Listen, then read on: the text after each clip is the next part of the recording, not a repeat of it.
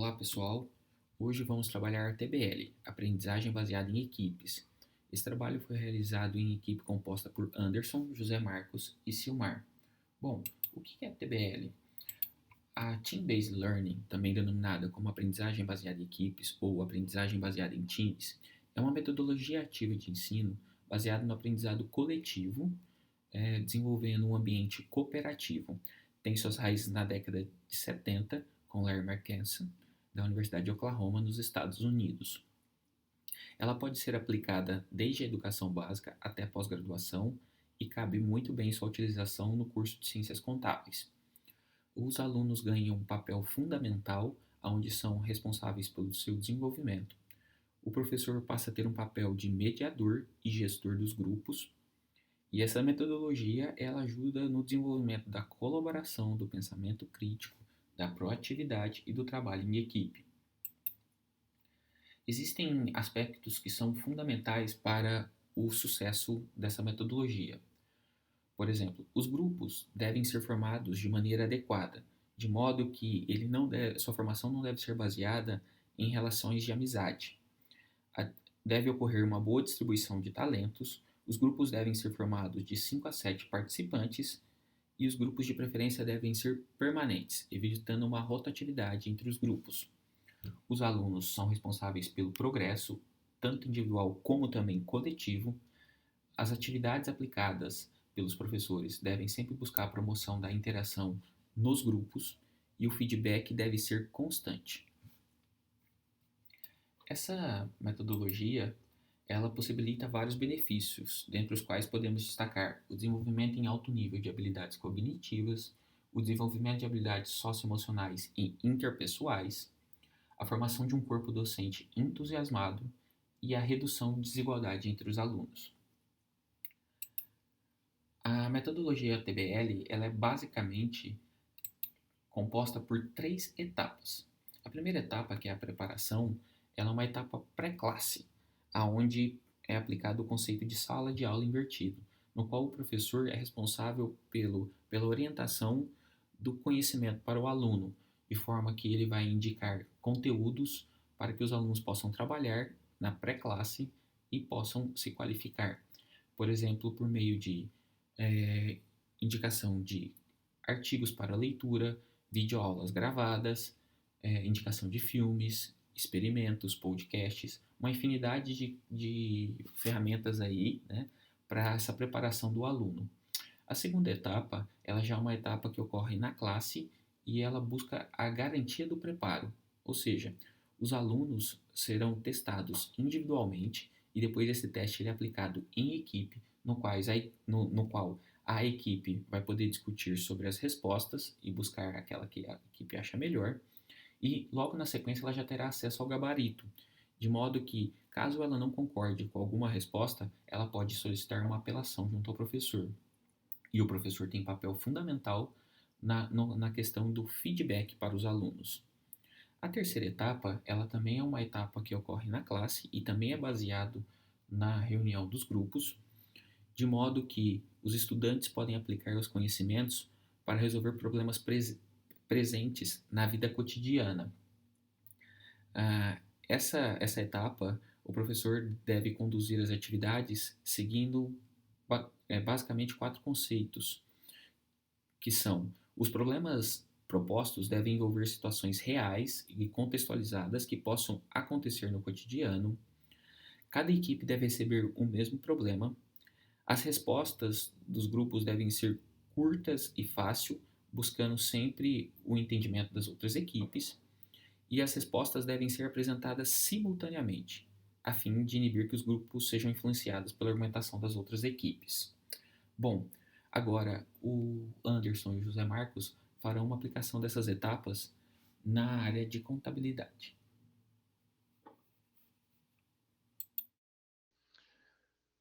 Quando modificamos a forma pedagógica, né, de uma aula expositiva, que é centrada no professor, para uma atividade do tipo TBL, que é centrada no estudante, devemos observar 3 mudanças necessárias. Primeira, os objetivos primários do curso devem ser ampliados, não é?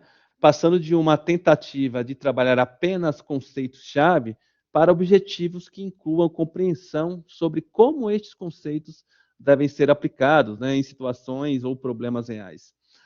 Segunda, o papel e função do professor também mudam, né? Pois, ao invés de ser alguém que oferece informações e conceitos, ele deverá ser aquele que contextualiza, né, o aprendizado e maneja o processo educacional, agindo mais ali como um facilitador da aprendizagem. E terceira, por fim, é necessário uma mudança, né, no papel e função dos estudantes, que agora sai daquela posição de receptores passivos da informação para a condição de responsáveis pela aquisição do conhecimento em membros integrantes ali de uma equipe que trabalha de forma colaborativa para compreender ali como aplicar o conteúdo, né, da solução de problemas realísticos e contextualizados. Para a utilização da metodologia TBL em sala de aula, se faz necessário, não é, seguirmos algumas etapas. Dentre as etapas, temos a inicial, que é a de preparação, não é? Para fins didáticos de utilização da metodologia TBL, utilizaremos ali como exemplo uma aula de perícia contábil. Nessa etapa, os estudantes devem ser responsáveis por se prepararem, né, individualmente para o trabalho em grupo, né, através de leituras prévias ou outras atividades ali que serão definidas pelo professor com antecedência.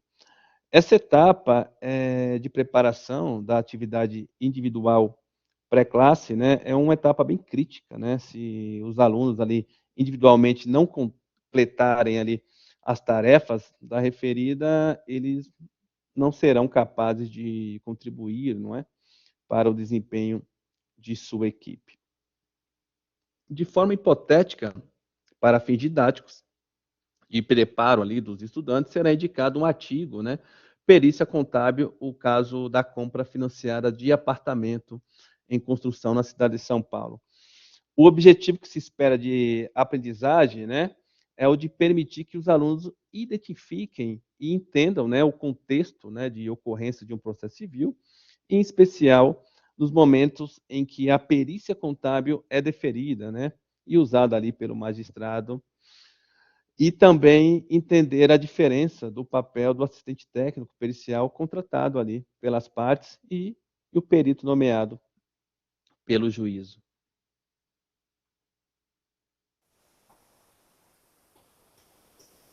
Olá, pessoal. Eu vou agora fazer uma apresentação aqui da etapa 2, que seria a aplicabilidade, então, do TBL dentro de sala de aula.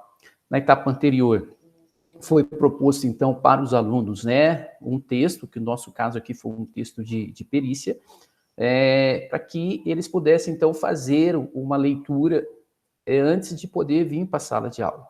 Nesse momento que eu estou aqui como professor junto com os alunos, então, agora eu vou fazer a aplicabilidade desta ferramenta. Nós temos aqui, no caso, uma ferramenta free, TBL Active, que foi aí construído por uma professora, né? E nesse momento, então, eu já fiz aqui o meu cadastro, vou fazer aqui meu login como professor, está aqui os meus dados e eu vou estar entrando no meu questionário. Eu vou clicar aqui como se eu estivesse editando ele, só para que possa aparecer, e eu já fiz aqui, então, 3 questões, né? Essas questões, então, elas deverão ser respondidas inicialmente de forma individual e depois em equipe. E com que objetivo? O primeiro objetivo de forma individual é para que o professor tenha condições de analisar como é que ele vai estruturar as equipes, para que possa ter um nivelamento entre essas equipes, né? Então, o que nós vamos fazer nesse momento? Está pronto aqui o questionário, já devidamente, né? Eu já fiz em cada uma das questões aqui, eu já fiz o apontamento de qual seria a questão correta. No momento que eu faço esse apontamento, né, que eu crio essa questão, eu dou um salvar, e depois de constituído aqui todas as minhas questões, eu começo o jogo, né? No momento que eu inicio o jogo, é gerado um código aqui. Esse código que eu vou, então, disponibilizar para os alunos.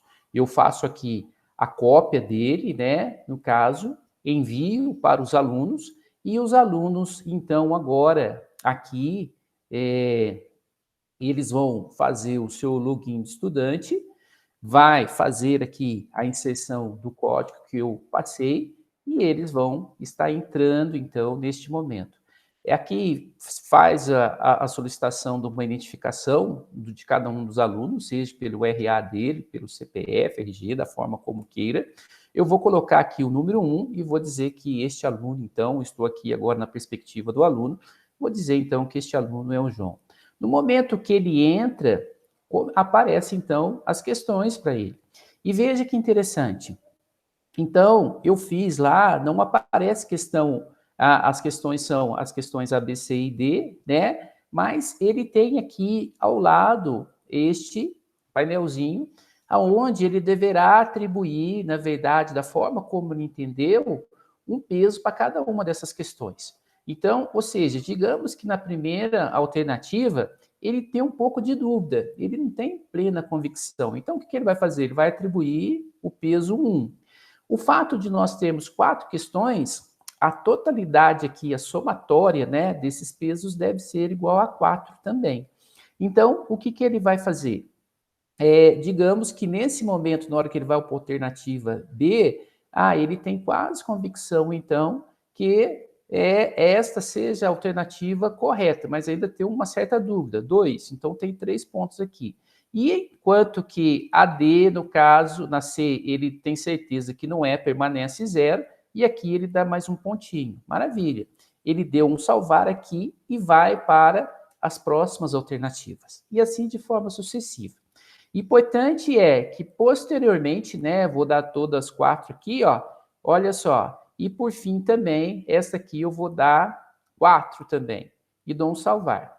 Veja bem, ele fez a aplicabilidade do seu teste, né, e aqui então agora aparecerá para eles, assim que tiverem a autorização do professor, para que possa iniciar o teste em equipe, né. E como que vai ser isso? Ele vai entrar apenas um membro, o professor já designou quais serão as equipes, né? E aí eles entram na sala novamente, apenas um membro de cada equipe entra, ele vai dizer aqui, vai registrar lá o seu nome novamente e vai dar um entrar. Iniciar teste em equipe, né? Ele coloca aqui, desculpa, pessoal, não estava aqui compartilhando, né? Ele coloca aqui o nome dele e vai estar entrando. Neste momento, ele vai, então, ele quer iniciar o teste em equipe. Porém, para que isso aconteça, o professor, então, ele tem que fazer a liberação aqui, né? O professor aqui agora, compartilhando, né? Voltei aqui na tela do professor, tá aparecendo aqui que o João, ó, entre as questões, já tem aqui uma prévia, que ele errou 2, uma mais ou menos, por quê? Porque entre as pontuações que ele colocou, porque que é resposta parcialmente correta, né? Entre os pesos atribuídos, ele atribuiu um determinado peso a uma das questões, mas não foi ali exato na questão que seria a correta, né? Se ele tivesse certeza que uma das alternativas fosse a correta, ele atribuiria peso 4. No momento que ele finaliza aqui os testes individual, o professor, então, dá o comando aqui para poder iniciar os testes. Está dizendo que alguns estudantes não terminaram ainda, mas eu vou dar um sim. Ou seja, neste momento, então, passando aqui na tela do João, né, ele vai poder entrar, então. Vai dar aqui o seu entrar, o nome da equipe, né, vai ser ele, número 12, equipe, que vai ser ele e mais uma pessoa.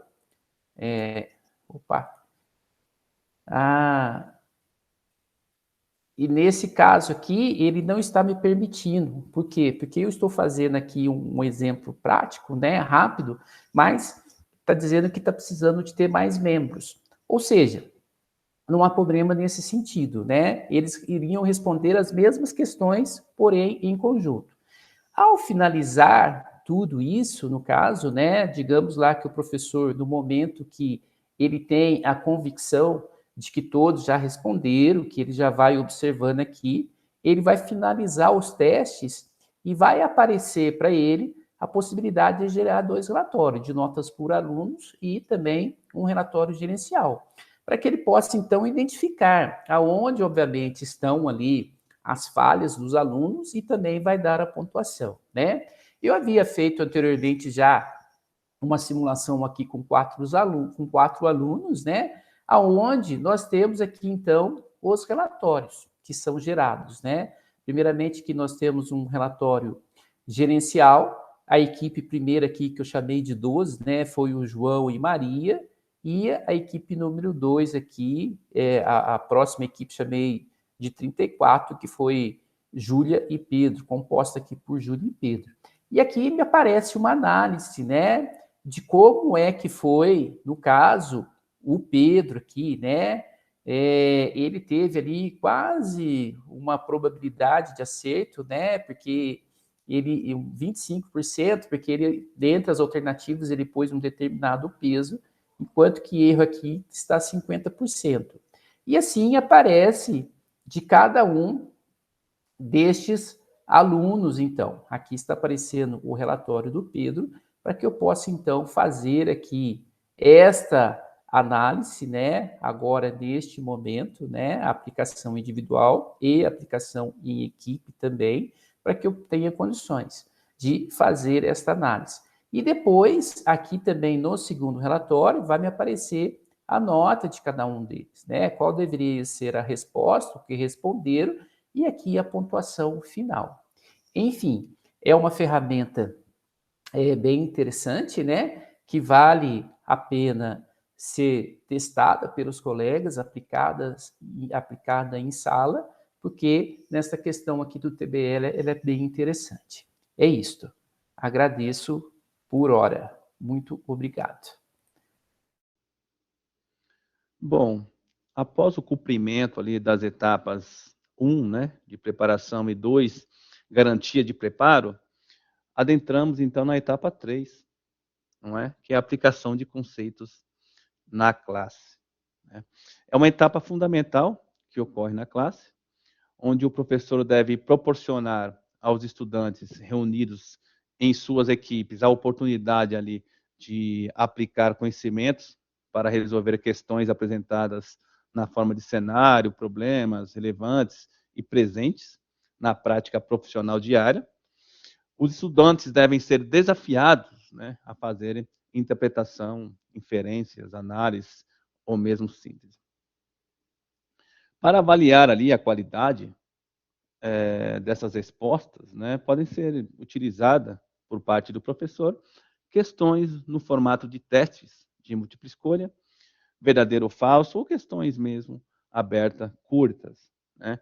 O fundamental é que todas as equipes estejam preparadas ali para argumentar sobre a escolha que fizeram. Essa etapa, né, de aplicação do conhecimento deve ser estruturada seguindo 4 princípios básicos, né?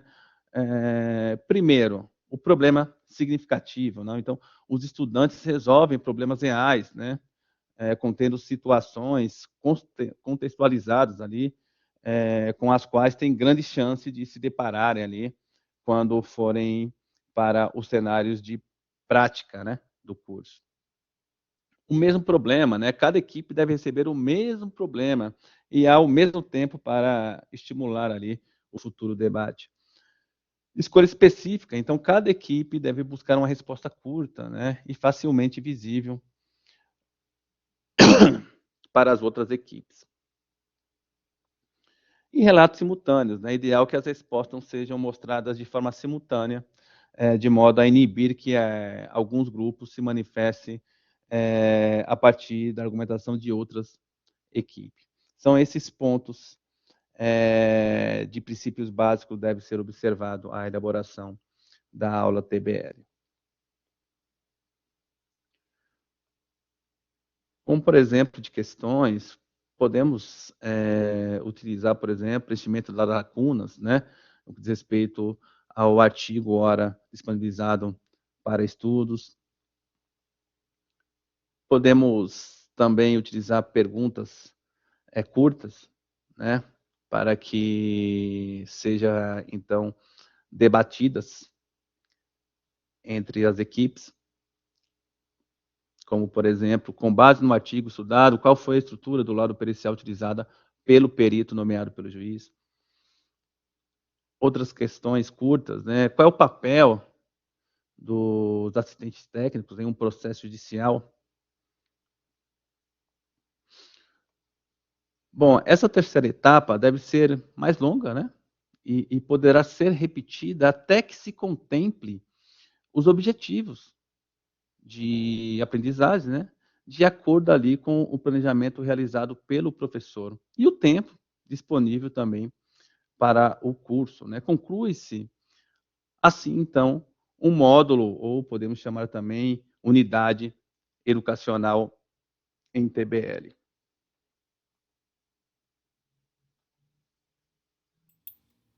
Bom, agora vamos a uma conclusão apresentada pelo José Marcos.